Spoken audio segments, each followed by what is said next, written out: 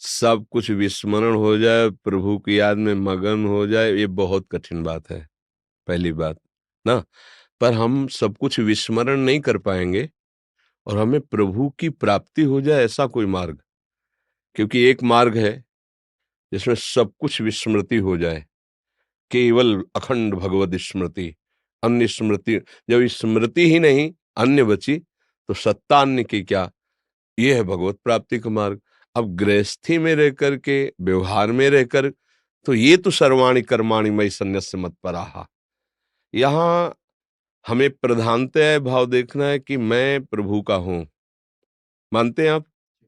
मेरे द्वारा जो कुछ भी कार्य हो रहा है वो प्रभु की प्रसन्नता के लिए हो रहा है। इसको भी मानेंगे आप?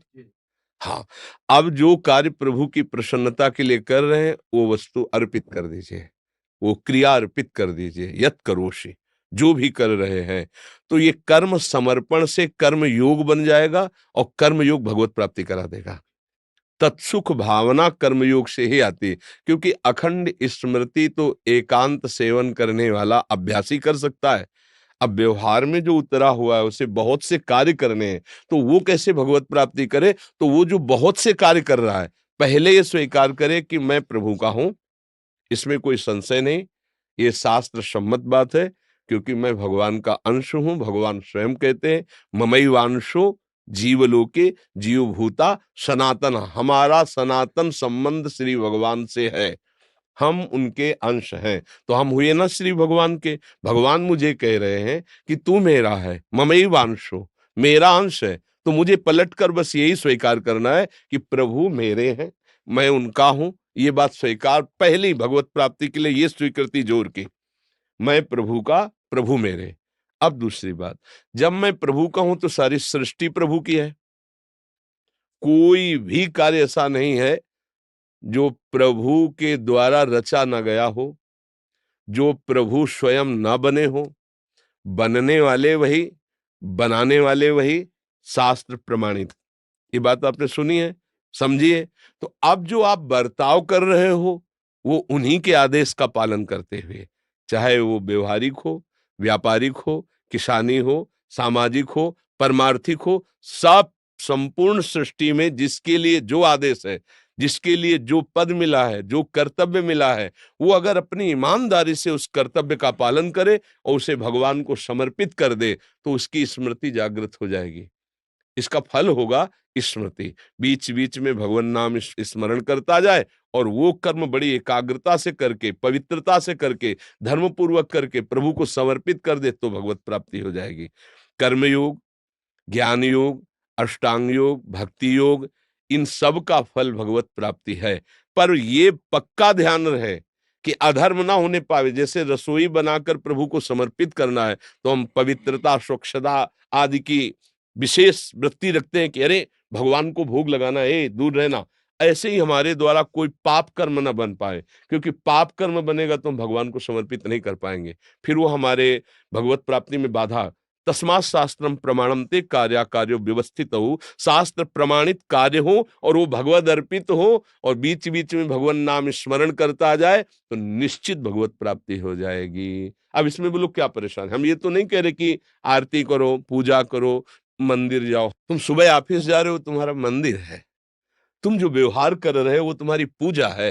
बस धर्म पूर्वक करना, अपने पद के अनुसार, अपने व्यक्तित्व के अनुसार, अपने धर्म के अनुसार, और वो प्रभु को अर्पित कर देना, वही तुम्हें भगवत प्राप्ति करा देगा। ये भागवत धर्म है, शास्त्र प्रमाणित भगवत प्राप्ति का।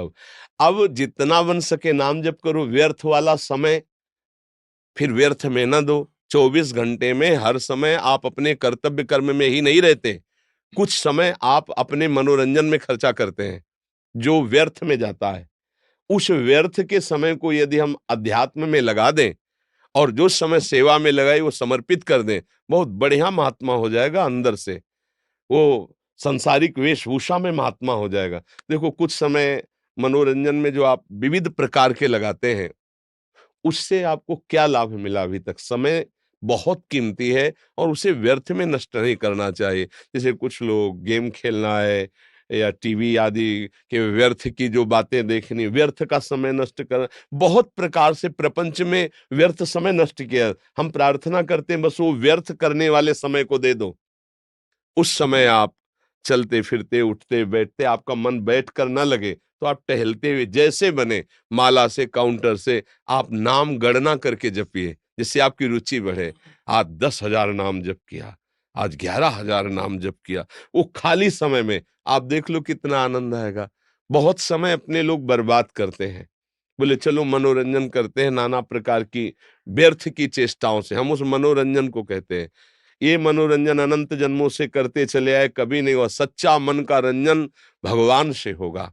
भगवान का नाम है भक्त जन रंजन, भक्त के हृदय को आनंद प्रदान करने वाले, भक्त जनमन रंजन, भक्त के मन को आनंद प्रदान करने वाले। देखो, जब आप जैसे सीरियल देखते हो आपका मन लगता है, टीवी देखते हो, फिल्म देखते हो, मन लगता है। अगर कहीं भगवान की लीला दिखाई देने लगे तुम्हारे मानस पटल पर, तो तुम्हारी दशा क्या होगी? झूठे खेलों को पैसा देकर 3 घंटा समय देकर तुम बिल्कुल विचलित नहीं होते और देखते रहते हो। और कहीं सच्चिदानंद लीला प्रकाशित हो जाए, आपके सामने प्रिया प्रीतम या आपके सामने सिया राम दिखाई दे रहे, जीवन सार्थक हो जाए। और यही देखने के लिए हम आए। सब कर्म भगवान को समर्पित करते हुए यदि हम नाम जप करें, अधर्माचरण बस न हो, तो भगवत प्राप्ति पक्की है।